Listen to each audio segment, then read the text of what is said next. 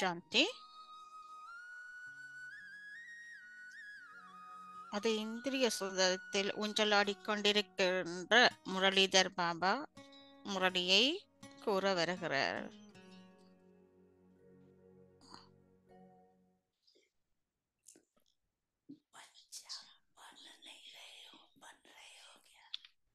குழந்தைகளாகிய நாங்கள் குழந்தையாக இருக்கின்றோம் இல்லையா? இப்பவும் குழந்தையாக இருக்கிறோமா?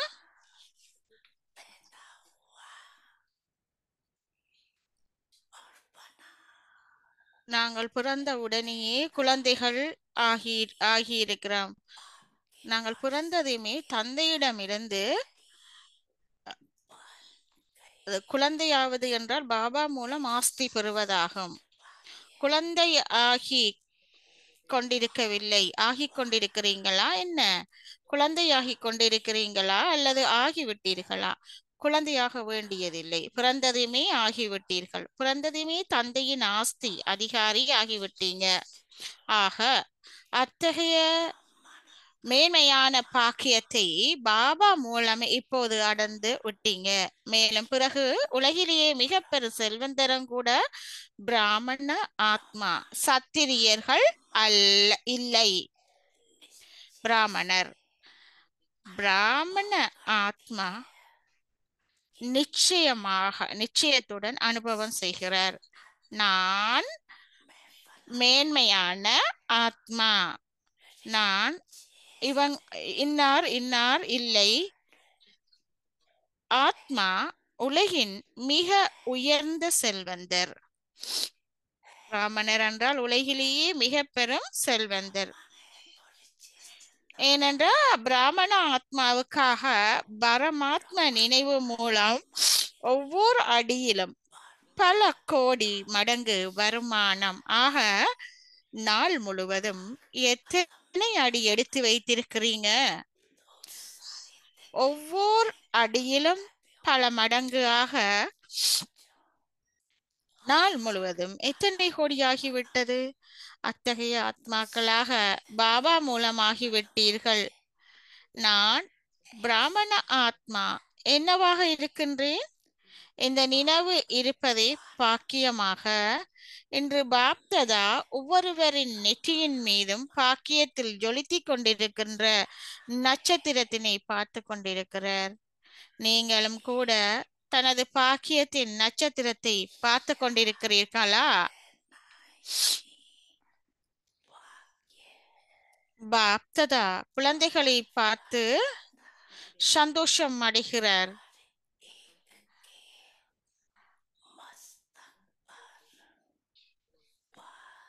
நீங்களும் கூட தனது பாக்கியத்தின் நட்சத்திரத்தை பார்த்து கொண்டிருக்கிறீங்களா?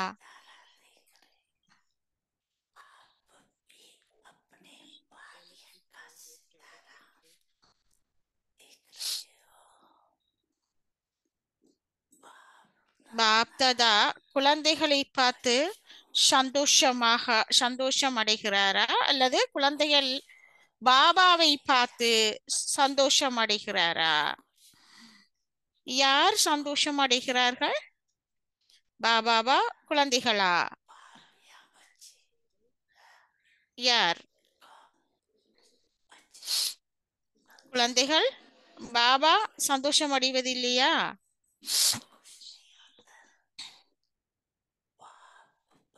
பாபா குழந்தைகளை பார்த்து சந்தோஷம் அடைவார் மற்றும் குழந்தைகள் பாபாவை பார்த்து குஷி அடைவார், சந்தோஷம் அடைவார். இருவருமே சந்தோஷம் அடைகிறார்கள். ஏனென்றால் குழந்தைகள் அறிவார்கள், இந்த இறைவனின் சந்திப்பு, பரமாத்ம அன்பு, இந்த பரமாத்ம ஆஸ்தி, இந்த பரமாத்மாவின் நன்மைகள் இப்போதுதான் நன்மையாகி கொண்டிருக்கின்றன. இப்போது இல்லையே, எப்போதும் இல்லை. அப்படித்தானே?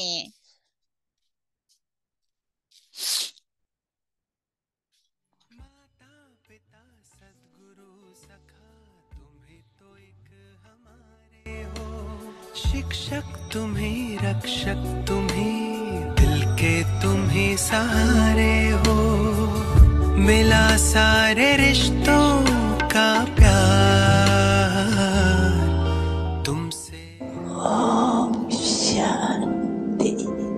ஓம் சாந்தி.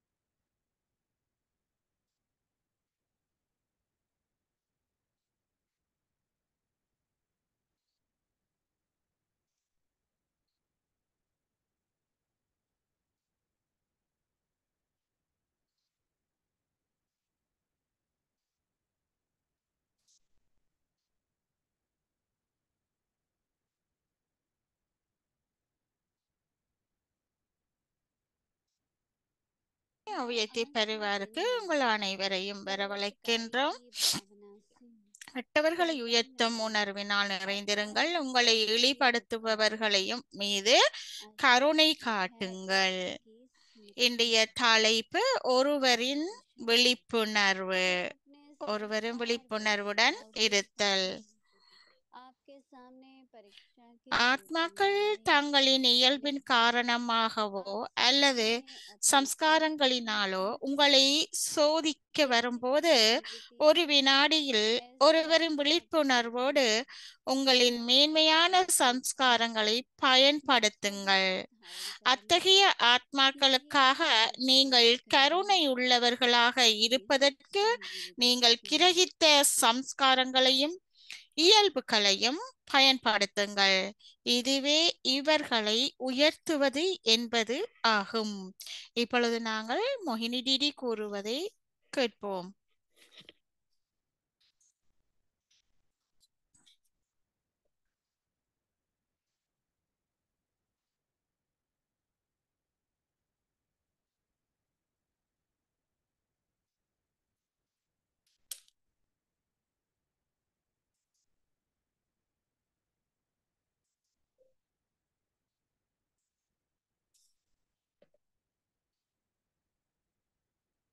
ओम शांति।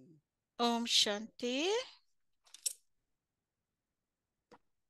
सृष्टि चक्र का सारा खेल स्मृति और विस्मृति पर है।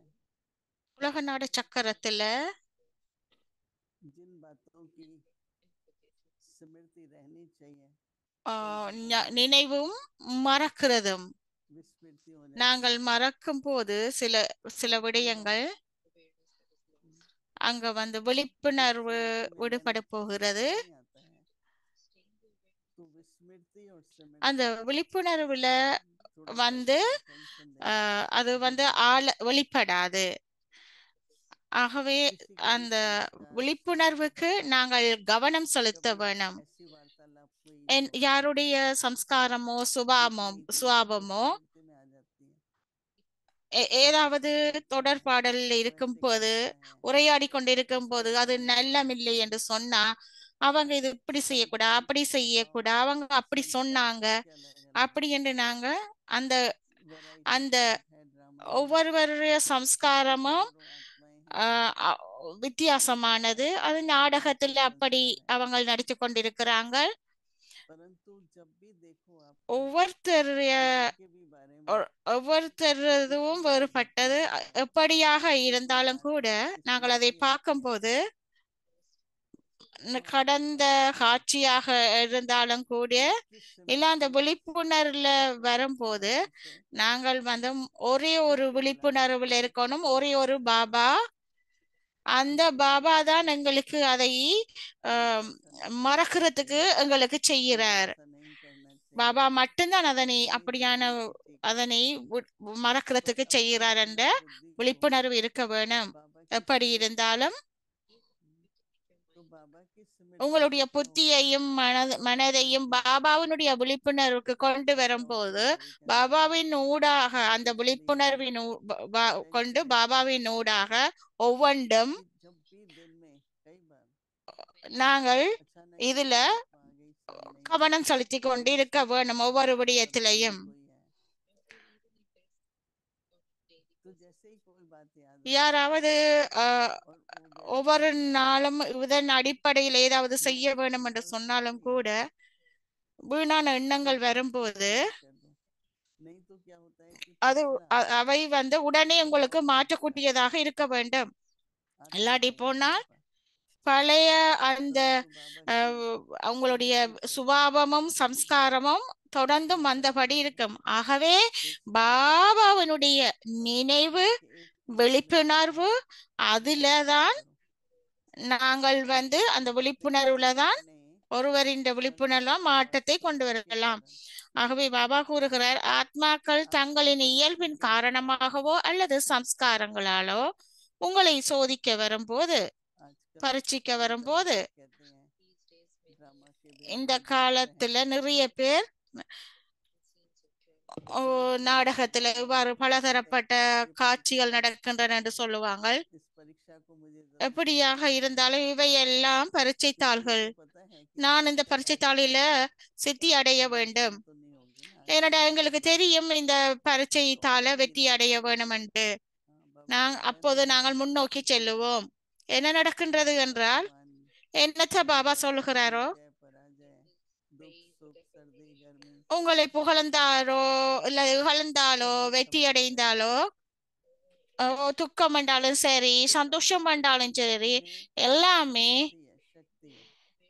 இந்த பாபாவினுடைய இந்த விழிப்புணர்வுல இருக்க जब வேணும். बाबा की அந்த स्मृति சக்தி में தான் बाबा ने உங்களுக்கு क्या कहा, பலமுடையதாக बाबा இருக்கிறது. की स्मृति என்ன உங்களுக்கு பாபா சொல்லுகிறாரோ பாபாவினுடைய सारे இந்த संबंध மகா में வாக்கியங்கள் स्मृति என்ன உறவு முறைகள் இருந்தாலும் கூட எந்த समर्थी है, குணங்கள் தெய்வீக குணங்கள் बाबा எல்லாம் அங்கு காணக்கூடியதாக இருக்கும் இந்த விழிப்புணர்வோட.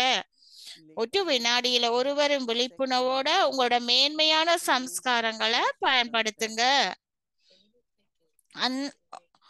एक ही स्मृति से அத்தகைய ஆத்மாக்களுக்காக நீங்கள் கருணை கருணையுள்ளவர்களாக இருப்பதற்கு நீங்கள் கிரகித்த சம்ஸ்காரங்களையும் இயல்பையும் பயன்படுத்துங்க.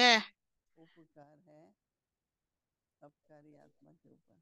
இதுவே இவர்களை உயர்த்துவது என்பதாகும். क्या है, देखो बाबा को याद இதுதான் से न केवल आपको समर्थी आएगी पर दूसरे को भी ध्यान में आएगा कि मुझे भी बाबा को याद करना चाहिए।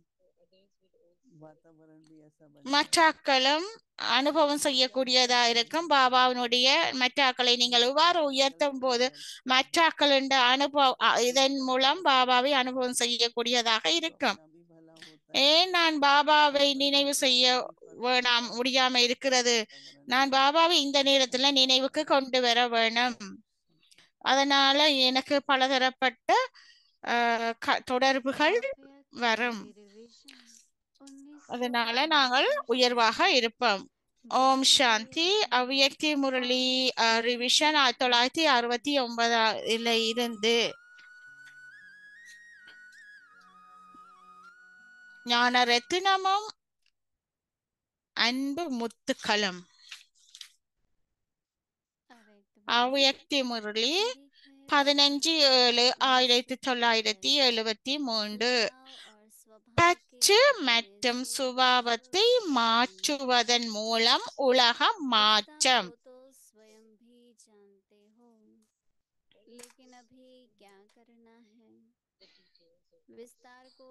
உங்கள் எல்லோருக்குமே தெரியும் இதன் விரிவாக்கம். என்னத்தை நாங்கள் இப்போது செய்ய வேண்டும்? விஸ்தாரத்தை விரிவை நமக்குள்ள சுருக்கி பாப்சமானாக வேண்டும். எந்த பழைய சம்ஸ்காரமும் இருக்கக்கூடாது, எந்த பட்டுதலும் இருக்கக்கூடாது. உடல் மனம் பொருள் அனைத்தும் பாப் எப்பொழுதும் பாபாவிடம் சமர்ப்பணம் செய்து விட்டீங்களா? அவ்வாறு அதனை கொடுத்த பிறகு என்னுடைய சிந்தனை, என்னுடைய சுபாவம், என்னுடைய புத்தி என்ற வார்த்தைகள் எங்கிருந்து வந்தன? இன்னமும் என்னுடையது என்பது உள்ளதா? அல்லது என்னுடையது அனைத்தும் உன்னுடையது ஆகிவிட்டதா? என்னுடையது அனைத்தும் உன்னுடையது என்று எப்பொழுது கூறிவிட்டீங்களோ அப்பொழுதே எனது என்பது அனைத்தும் முடிந்து விட்டதல்லவா?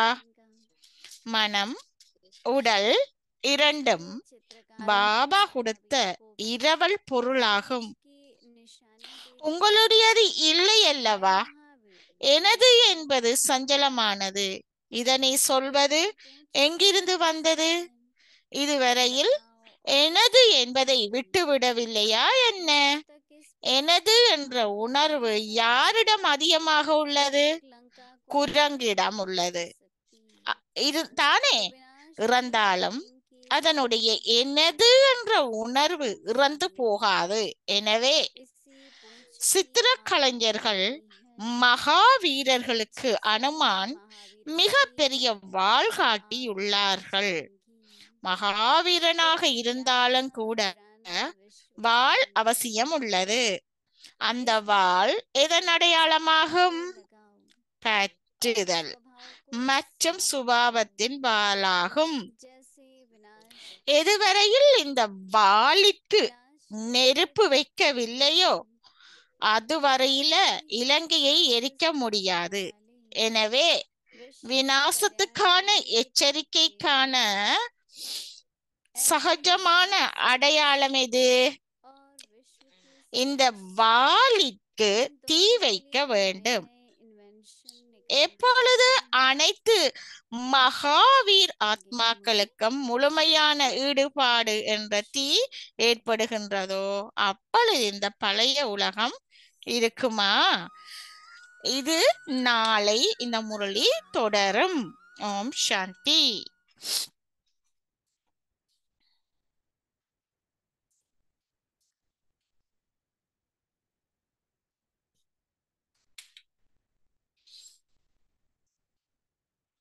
மாஸ் முரளி.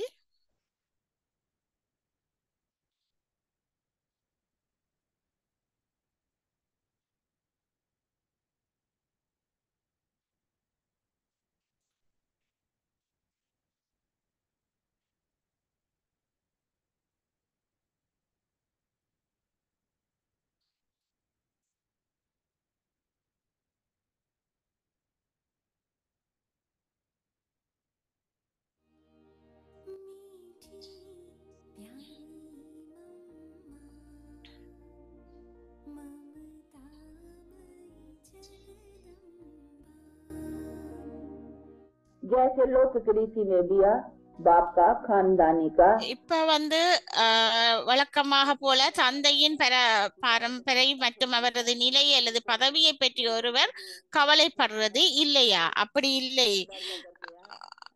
ஒருவர் தந்தை யார் ஒருவர் உட்கார்ந்து அப்படி பார்க்க மாட்டார். தந்தையின் தொழில் என்ன? அவருடைய நிலை என்ன? நான் தந்தையின் குழந்தை, அப்படிப்பட்ட தந்தையின் குழந்தையின் கடமை என்ன? அத்தகைய தந்தையை நான் எப்படி பின்பற்ற வேண்டும்?